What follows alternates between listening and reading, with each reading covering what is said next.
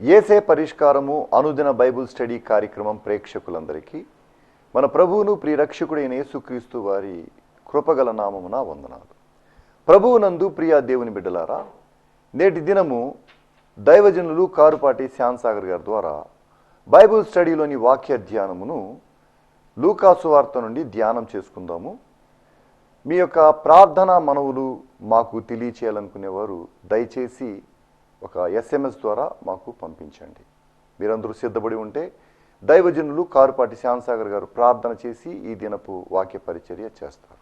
ప్రభువునందు ప్రియ దేవుని బిడ్డలారా, నేటి వాక్య ఉపదేశం కొరకు ప్రార్థిద్దాం.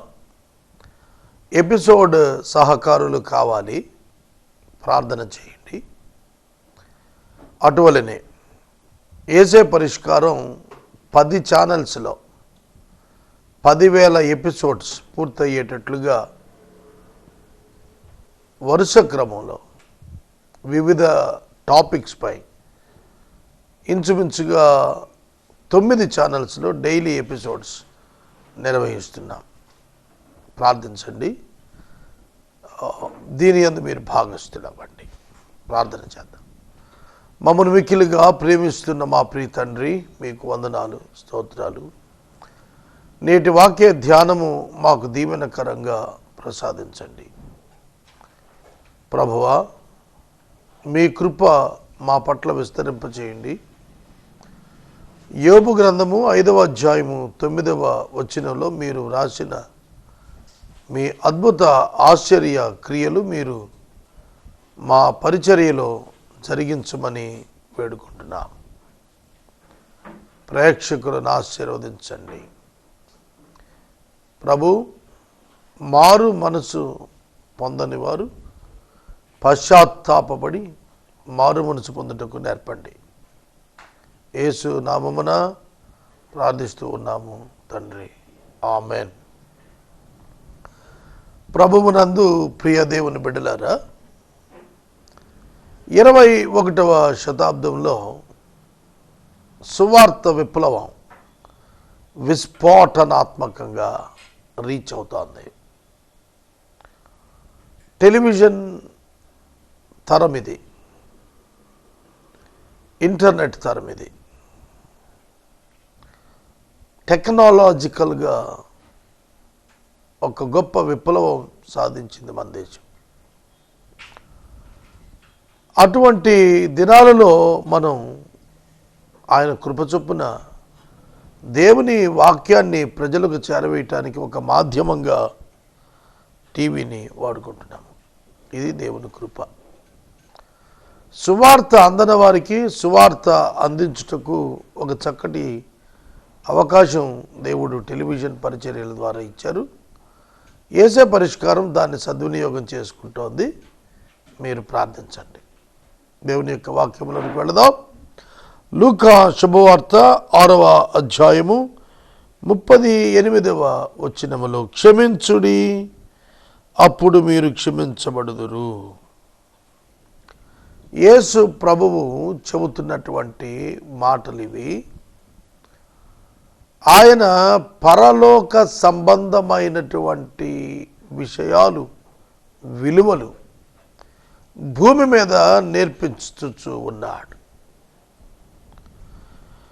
నిన్నటి దినం తీర్పు తీర్చకండి, నేరము మోపకండి అని మాట్లాడుకున్నాం. ఇవాళ క్షమించండి, క్షమించండి. ఈ పదము మన జీవితాల్లో గనుక అర్థమై ఉంటే మన జీవితం చాలా వెలుగుమయమై ఉంటుంది.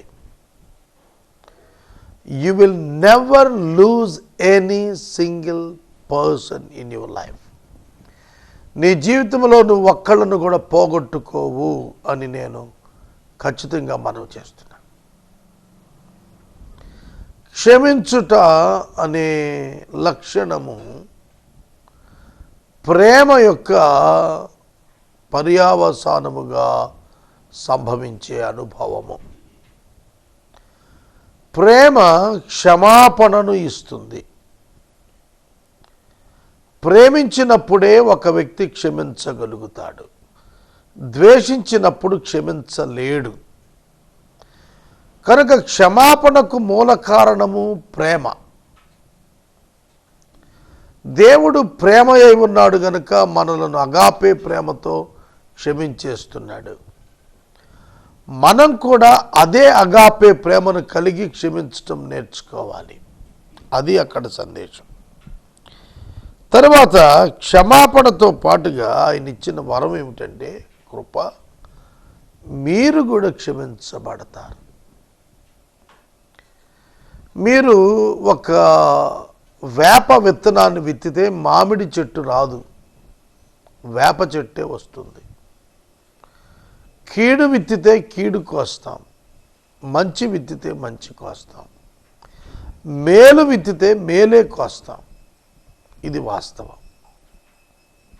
కాబట్టి ఇక్కడ వాక్యములో రాసినట్లుగా మీరు క్షమించబడుదురు, క్షమించండి, క్షమించండి, మీరు క్షమించబడతారు. అవునండి, యేసుక్రీస్తు ప్రభువు చెప్పినటువంటి మాటలు ఈ లోకములో ఉన్నటువంటి అనేక మంది యొక్క జీవితాల్లో విశ్వసించిన వారి యొక్క వలన ఒక ప్రభావము లోకంలో కనబడుతుంది. ప్రభావం కనబడుతుంది. క్షమాపణ ఇవ్వగలిగితే చెరసాలలో ఎవరు మ్రగ్గరు అని ఒక సీనియర్ న్యాయమూర్తి వ్యాఖ్యానించాడు. అవునండి, క్షమించుటకు సిద్ధ మనస్సు కలిగిన వారముగా మనం ఉండవలనని హెచ్చరిక చేయబడుతున్నాము కదా. కనుక ప్రొఫెషనల్ జెలస్తో కొన్ని సందర్భాల్లో కొందరు వ్యక్తులు కొందరు వ్యక్తులపై క్షమాపణ ఇవ్వలేని దుస్థితిలో ఉంటారు. అటువంటి వారు తమ జీవితాలను ఎప్పటికప్పుడు సరిచేసుకోవాలి. ఇవ్వండి అప్పుడు మీకు ఇవ్వబడును. ఇది మనకు అస్సలు ఇష్టం లేనిది. మనకు పొందటం అంటే ఉన్న ఆసక్తి ఇవ్వటం మీద లేదు. కానీ గ్రేట్ ప్రిన్సిపల్ ఏమిటంటే if you can give only you can get it back or you can reap. Without sowing there is no question of reaping. No question of reaping. ఏమి విశేషం లేదు, కొయ్యలేవు. నువ్వు విత్తనము విత్తకుండా పంట కొయ్యలేవు. You need to give to get it back in 100-fold.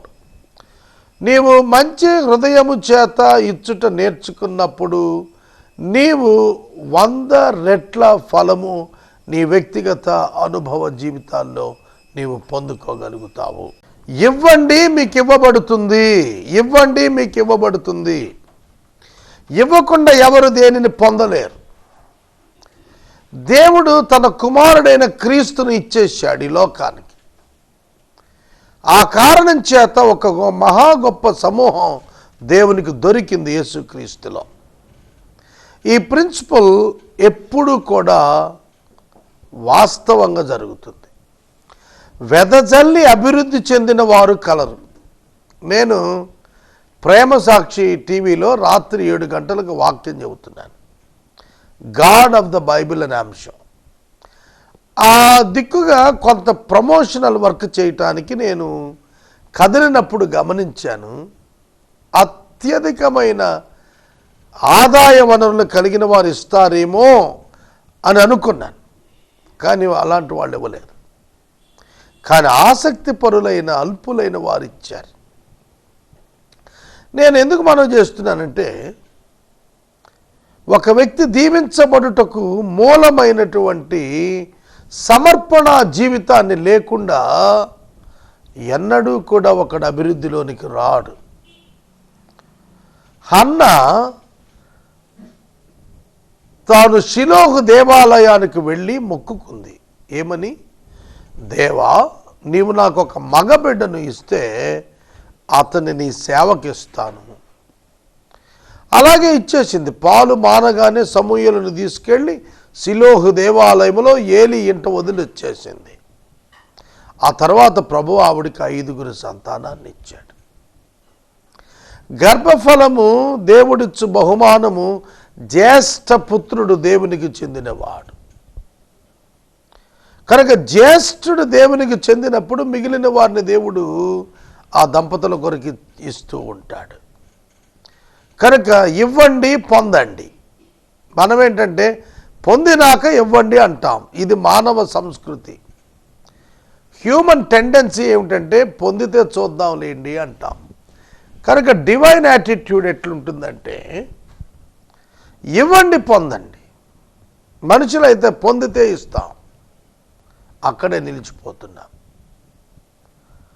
సోదరుడా, సోదరి, భూమి మీద నీ పర్ఫెక్ట్ ఇన్వెస్ట్మెంట్ ఎక్కడ చేస్తావు అని అడిగితే రకరకాలు చెబుతారు. మ్యూచువల్ ఫండ్స్ అనో, డిబెంచర్స్ అనో, లేదంటే కొన్ని విధాలైనటువంటి సేవింగ్స్ అనో చెబుతూ ఉంటాం. అలా కాదు. అన్నింటికంటే ఉత్కృష్టమైన సేవింగ్ పాయింట్ హెవెన్. నీ ధనము పరలోకములో కూర్చుకోమన్నాడు. What are the ways to deposit in heaven? Walk according to the word of God and spend it on the word of God. దేవుని వాక్యముపై నీవు నీ ధనమును వెచ్చించినప్పుడు 100 రెట్లు 1000 రెట్లు ఫలములను నీవు అనుభవించగలుగుతావు. ఈ మాట మరవవద్దు. ఇవ్వండి, అప్పుడు మీకు ఇవ్వబడుతుంది. అదిలించి అణిచి కుదిలించి దిగజారినట్లు నిండు కొలతను మనుషులు మీ ఒడిలో వేస్తారు. మీరు ఏ కొలత కొలుస్తారో ఆ కొలతతోనే మీరు కొలవబడతారు. మీరే కొలత కొలుస్తున్నారో ఆ కొలతే కొలవబడతారు. గలతీయులకు అదే పౌలు రాసింది. నరుడా, దేవుడు వెక్కిరించబడడు, ఏది విత్తితే అదే కోస్తాం.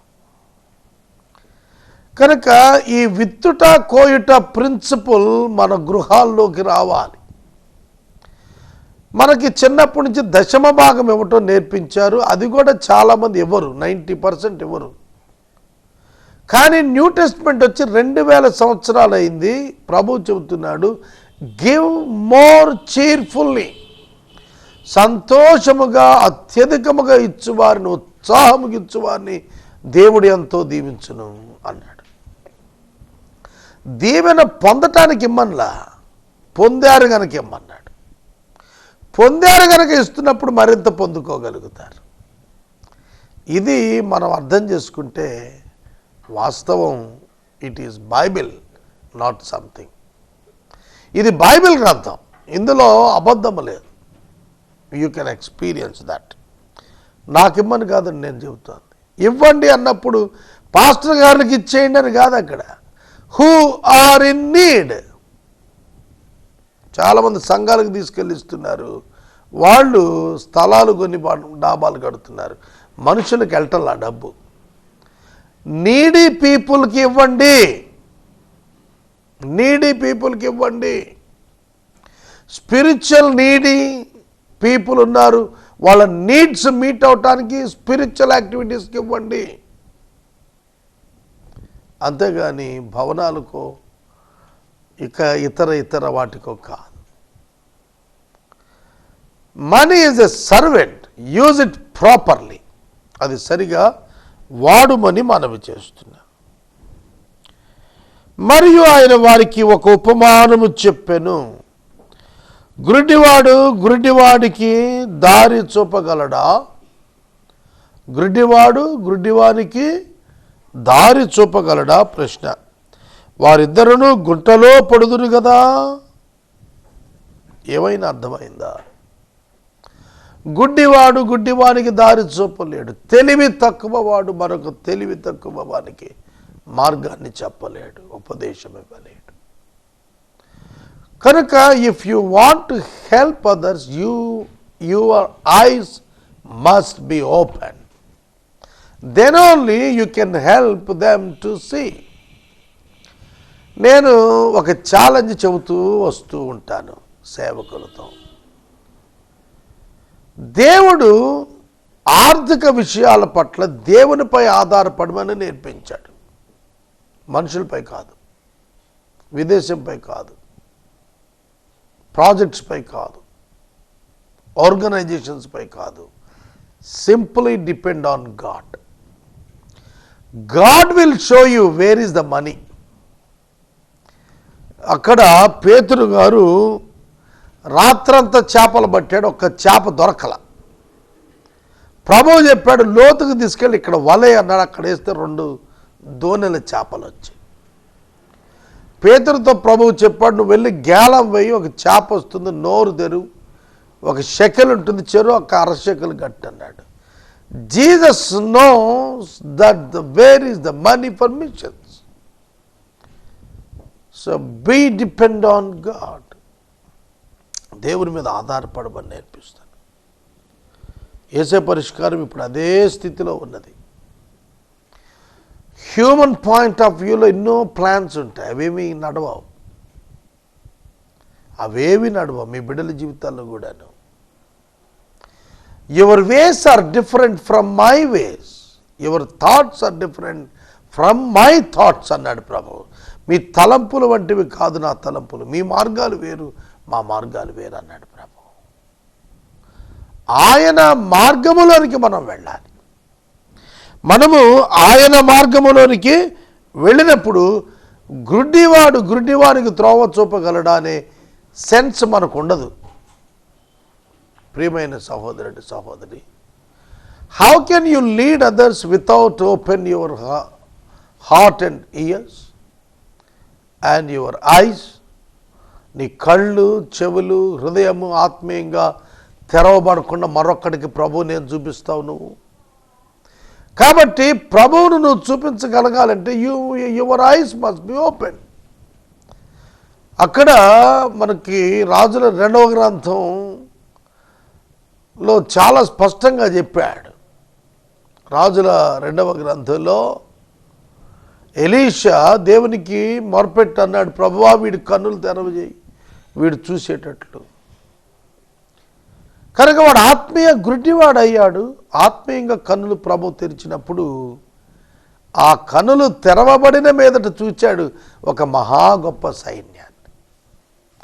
నేను కూడా అదే చెబుతున్నాను. ఇవాంజలిజంలో we should look the resources where it were located. ఎక్కడ రిసోర్సెస్ ఉన్నావో అవి చూడగలగాలి. రాత్రంతా తడువులాడి లోతు యొక్క ప్రాంతం వారు తలుపు ఎక్కడుందో కనుక్కోలేకపోయారట. అట్లా కాకూడదు.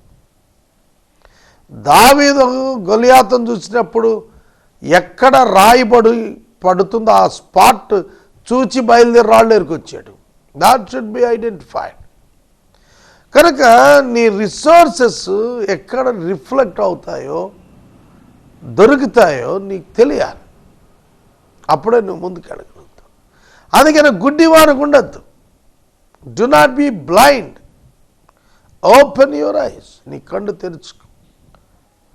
ప్రార్థనాపూర్వకంగా మనం జీవించాలి. తర్వాత శిష్యుడు తన బోధకుని కంటే అధికుడు కాడు. సిద్ధుడైన ప్రతివాడు తన బోధకుని వలె ఉంటాడు. English, A disciple is not above his teacher, but everyone when he is fully trained will be like his teacher. fully trained. సిద్ధుడు అంటే fully trained. We must be fully trained. మనము చాలా కూడా మనం ట్రైన్ కావాల్సినది, అంటే సిద్ధం కావాల్సినది, నేర్చుకోవలసి ఉన్నది. సహోదరుడా సహోదరి, life is a learning process. జీవితము నేర్చుకోవలసిన పుస్తకమే. దేవుని యొద్ద మనం నేర్చుకోవాలి. Where to go, how to find, what to found. This is all you need to learn from God. It is the lesson. నీవు నీ కంటిలో ఉన్న దూలము ఎంచక నీ సహోదరుని కంటిలో ఉన్న నలుసు చూడనేలా? హిపోక్రసీ, హిపోక్రసీ, హిపోక్రసీ, వేషధారణ. నీ కంటిలో దూలమా, ఎదుటివాడి కంటిలో నలుసును పడలేవా? యోహాను సువార్త 8వ అధ్యాయంలో రాళ్ళు పెట్టి కొట్టడానికి వచ్చినటువంటి ఆ గొప్ప గుంపు యేసు చెప్పిన ఒక్క మాటతో వెనక్కి తగ్గి వెళ్ళిపోయారు. మీలో పాపము లేనివాడు మొదట రాయి వేయమన్నాడు. దానికి వాళ్ళంతా కూడా లేచి వెళ్ళిపోయారు, ఎవరు లేరు అక్కడ. ఎందుకంటే యేసు నేల మీద వంగి ఏమో రాస్తున్నాడు. ఏమిటది? ధర్మశాస్త్రం. ధర్మశాస్త్రం పాపాన్ని తెలియజేస్తుంది. అంతా ఆవిడ వదిలిపెట్టి వెళ్ళిపోయారు. అమ్మా, ఎవరు నీకు శిక్ష విధించలేదా? ఎవరు లేరు నాయన, ఎవరు విధించలే. అయితే నేను కూడా విధించలే అని అన్నాడు. అర్థమవుతుందా? యేసు కూడా శిక్ష విధించడు. ఎందుకు? He loves the sinners. అదే చెబుతున్నాడు. ఇవాళ మనం ఆలోచించినప్పుడు వారందరూ పాపులై ఉండి వారి కండ్లలో దూలాలు పెట్టుకొని వ్యభిచారంలో పట్టబడిన ఆవిడని ఒక నలుసును తీసే ప్రయత్నం చేశారు. అలా ఉండరాదు, అలా ఉండరాదు. Be righteous, be pure and perfect. అది మనం ఆలోచించాలి. నీ కుడి కంట్లో దూలాన్ని ఎంచకుండా సహోదరుని కంట్లో ఉన్న నలుసు చూస్తావేలా? ఈ ప్రశ్నకు నువ్వు జవాబు చెప్పాలి. నీ కంటిలో ఉన్న దూలాన్ని చూడవట. అంటే your big very big mistakes you are neglecting, but you are pointing out very small and little mistakes of others. ఇతరులు చేస్తున్న చిన్న చిన్న తప్పిదాలను పెద్దగా చెప్పేస్తావు. పెద్ద పెద్ద తప్పిదాలు నువ్వు చేసి మాట్లాడకుండా ఊరుకుంటావు. God never leaves that. అలా ఒప్పుకోడు ఆయన. ప్రభు అలా ఒప్పుకోడు. తెలుసుకొని నీ కుడి కంటు నీ కంటిలో ఉన్న దూలం ఎంచుకో. నీ సహోదరుని కంటిలో ఉన్న నలుసు చూడనేలా. నీ కంటిలో ఉన్న దూలమును వేడక నీ సహోదరునితో సహోదరుడా నీ కంటిలో ఉన్న నలుసు తీసేవని చెప్పి నువ్వు ఎలా చెప్పగలవు? How can you say? You hypocrite, first take the log out of your own eye, then you will see clearly to take out the speck that is in your brother's eye. Speck అంటే చిన్న నలుసు. అది ఎదట వ్యక్తి యొక్క మనసులో చూస్తున్నాం మనం. కానీ మన దగ్గర పెద్ద దూలము, పెద్ద సమస్య ఉన్నది. ఇంకొక ఆయన నవ్వుతున్నాడు, వారి కంటిలో దూలం ఎదటి వారి కంటిలో నలుసులా కనపడిందట. కనుక నీ కంటిలో ఉన్నటువంటి దూలాన్ని తీస్తే ఎదటి వారి కంటిలో నలుసులు కనపడవు నీకు అసలు. అర్థమైందా సహోదరుడా, సహోదరి? కనుక నీవు వేషధారి వలె ఉండద్దు. వేషధారి మొదట నీ కంటిలో దూలం తీసేయి. అప్పుడు నీ సహోదరుని కంట్లో ఉన్నది తేటగా నీకు కనపడదు. You can help your fellow people also. ఇతరులు కూడా వారి తప్పులు రెక్టిఫై చేసుకోవటానికి నీకు అవకాశం దొరుకుతుంది. If you can rectify yourself in the light of the scriptures. వెలుగు యొక్క వాక్యము యొక్క వెలుగులో మీరు గనుక మీ సమస్యలు పరిష్కరించుకోగలిగితే you can receive the joy. You can be filled with the exceeding joy. అత్యానంద భరితులయ్యేట్లుగా దేవుడు మిమ్మలను నింపుతాడు. కనుక వేషధారణ విడవాలి, విమర్శ విడవాలి. అది సద్విమర్శ మంచిది, విమర్శ విడవాలి. ఎక్కువగా నోరు ఉపయోగించేటువంటి అలవాటు ఉన్నవాడు తగ్గించుకోవాలి. ఇంచుమించుగా హీ షుడ్ కీప్ క్వైట్. అర్థమవుతుందా? అప్పుడే మనం విక్టోరియస్ లైఫ్ వైపు అడుగులు వేస్తాము. ప్రార్థన చేసుకుందాం. మనము ఇంతవరకు దైవజనులు కారుపాటి శ్యామ్సాగర్ గారి ద్వారా బైబిల్ స్టడీలోని వాక్య ధ్యానమును లూకాసు వార్త నుండి ధ్యానం చేసుకుందాం. మీ ప్రార్థనా మనవులు మాకు తెలియచేయాలనుకునేవారు దయచేసి SMS ద్వారా పంపించండి. అలాగే మీ కుటుంబ పక్షముగా ఒక ఎపిసోడ్ ఆర్థిక సహకారం అందించాలనుకునేవారు మాకు ఒక SMS పంపిస్తే మా సిబ్బంది మీ గృహాలను దర్శిస్తారు. అదేవిధంగా ప్రతిరోజు సాయంత్రము 7 గంటల నుంచి 7:30 వరకు బ్లెస్సింగ్ టీవీలో దైవజనులు కారుపాటి శ్యామ్ సాగర్ గారి ద్వారా యోబు గ్రంథం యొక్క ధ్యానాలు జరుగుతున్నవి. దయచేసి ప్రేక్షకులందరూ కూడా వీక్షించాలని మనవి చేస్తున్నాం. ముగింపు ప్రార్థన ఆశీర్వాదాలతో ఈ కార్యక్రమాన్ని ముగించుకుందాం. ప్రభువునందు ప్రియ దేవుని బిడ్డలారా, యేసే పరిష్కారం 10 ఛానల్స్లో 10,000 ఎపిసోడ్స్ వైపు ప్రయాణిస్తోంది. లూకాసు వార్త ధ్యానాలు మీకు దీవెనగా ఉన్నాయని భావిస్తున్నాం. ఈ 10 ఛానల్స్ కంటిన్యూటీలో ఒక ఎపిసోడ్ సహకరించేవారు ముందుకు రావాలని మేము మనవి చేస్తున్నాం. మా కొరకు ప్రార్థించాలని కూడా మనవి చేస్తున్నాం. తర్వాత మరికొన్ని ఛానల్స్లో ఇంకా రిపీటెడ్ వర్సెస్ మరియు న్యూ మెసేజెస్ నెక్స్ట్ మంత్ నుంచి చేయటానికి ప్రిపేర్ అవుతున్నాం. మీ ప్రార్థనా సహకారం అందించండి. ప్రార్థన. మమ్మల్ని మిక్కిలిగా ప్రేమిస్తున్న మా ప్రియ తండ్రి, మీకు వందనాలు. వాక్యము విన్న బిడ్డలను దీవించండి. మేలు చేత మా హృదయాలు తృప్తిపరచండి. రక్షకుని పేరిట అడుగుచున్నాం తండ్రి, ఆమేన్. తండ్రి అయిన దేవుని ప్రేమ, కుమారుని యేసయ్య కృప, పరిశుద్ధాత్మదేవుని యొక్క అన్యోన్య సహవాసము సదాకాలం మనకు తోడైండును గాక. ఆమేన్.